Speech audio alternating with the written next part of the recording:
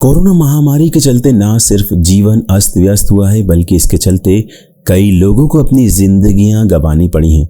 इस महामारी के चलते देश भर में अब तक 3 लाख से अधिक लोगों की मौत हो चुकी है और अभी भी हर दिन इसके चलते हजारों लोगों की मौत हो रही है।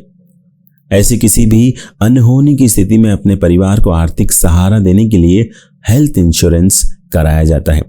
ये इंश्योरेंस अस्पताल में भर्ती होने के खर्चे को रिकवर करता है। हालांकि यहाँ ये जानना भी अति महत्वपूर्ण है कि अगर हेल्थ इंश्योरेंस कराए हुए शख्स की मौत हो जाती है तो स्वास्थ्य बीमा पॉलिसी का क्या होगा। हेल्थ इंश्योरेंस पॉलिसी में इंश्योर्ड की मृत्यु होने पर जो प्रक्रिया होती है वो हम आपको बताने जा रहे हैं। सबसे पहली बात है कि बीमित परिवार के किसी सदस्य की मृत्यु की स्थिति में क्या होता है।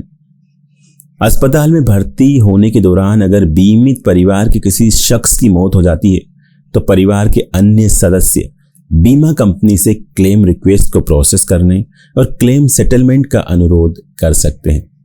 दूसरी बात है कि अगर बीमित सदस्य की मृत्यु होने पर तो आपको बता दें कि किसी बीमित सदस्य की मृत्यु के बाद प्रस्तावक को बीमा कंपनी से संपर्क कर क्लेम रिक्वेस्ट को प्रोसेस करने और क्लेम सेटलमेंट का अनुरोध करना होता है। कवर से मृतक को हटा दिया जाता है और पॉलिसी के टर्म्स एंड कंडीशन के मुताबिक प्रीमियम को रिफंड किया जाता है। अब अगर पॉलिसी के प्रस्तावक की मृत्यु हो जाए तो पॉलिसी अवधि के दौरान प्रस्तावक की मौत होने की स्थिति में परिवार को इंश्योरेंस कंपनी से प्रस्तावक में बदलाव के लिए संपर्क करना होता है। ऐसी कंडीशन में एक नए प्रस्तावक को लेकर नया फॉर्म भरा जाता है। बीमा कंपनी प्रस्तावक को बदलती है और अन्य सदस्यों के लिए पॉलिसी जारी रहती है। अगर एक से अधिक सदस्यों की मृत्यु हो जाए तो उस कंडीशन में ऐसी कंडीशन में अगर यह रीइंबर्समेंट क्लेम है तो पॉलिसी में रजिस्टर्ड नॉमिनी को क्लेम पेड किया जाता है। अगर यह कैशलेस क्लेम है तो अस्पताल से जुड़े खर्चों को ये सीधे अस्पताल को दे दिया जाता है। आपको बता दें पर्सनल हेल्थ इंश्योरेंस पॉलिसी 2 तरह की होती हैं, इंडिविजुअल पॉलिसी और family floater policy. Individual health insurance policy के अंदर सम एश्योर्ड की राशि और बेनिफिट्स किसी इंडिविजुअल हेल्थ इंश्योरेंस पॉलिसी में बीमा धारक के लिए फिक्स रहते हैं।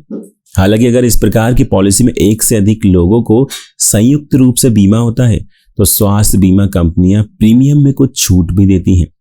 जॉइंट हेल्थ इंश्योरेंस पॉलिसी में अगर किसी शख्स ने अस्पताल के खर्चों को लेकर क्लेम कर दिया है तो यह दूसरे शख्स के बेनिफिट को प्रभावित नहीं करेगा, यानी दूसरे शख्स को पूरा बेनिफिट्स मिलेंगे। दूसरा होता है family floater health insurance policy. इस प्रकार की पॉलिसी में अगर किसी शख्स ने हॉस्पिटलाइजेशन को लेकर क्लेम कर लिया है तो पॉलिसी अवधि के बचे समय के लिए सम एश्योर्ड कम हो जाता है। इसे एक उदाहरण से समझ सकते हैं कि 5 लाख रुपए वाला कोई फैमिली फ्लोटर अप्रैल में हर साल रिन्यू होता है। अगर बीमित 4 सदस्यों में किसी एक ने अगस्त में 3 लाख रुपए का क्लेम हासिल कर लिया है तो बचे हुए अगले 7 महीने तक सिर्फ 2 लाख रुपए का सम एश्योर्ड ही उपलब्ध रहेगा।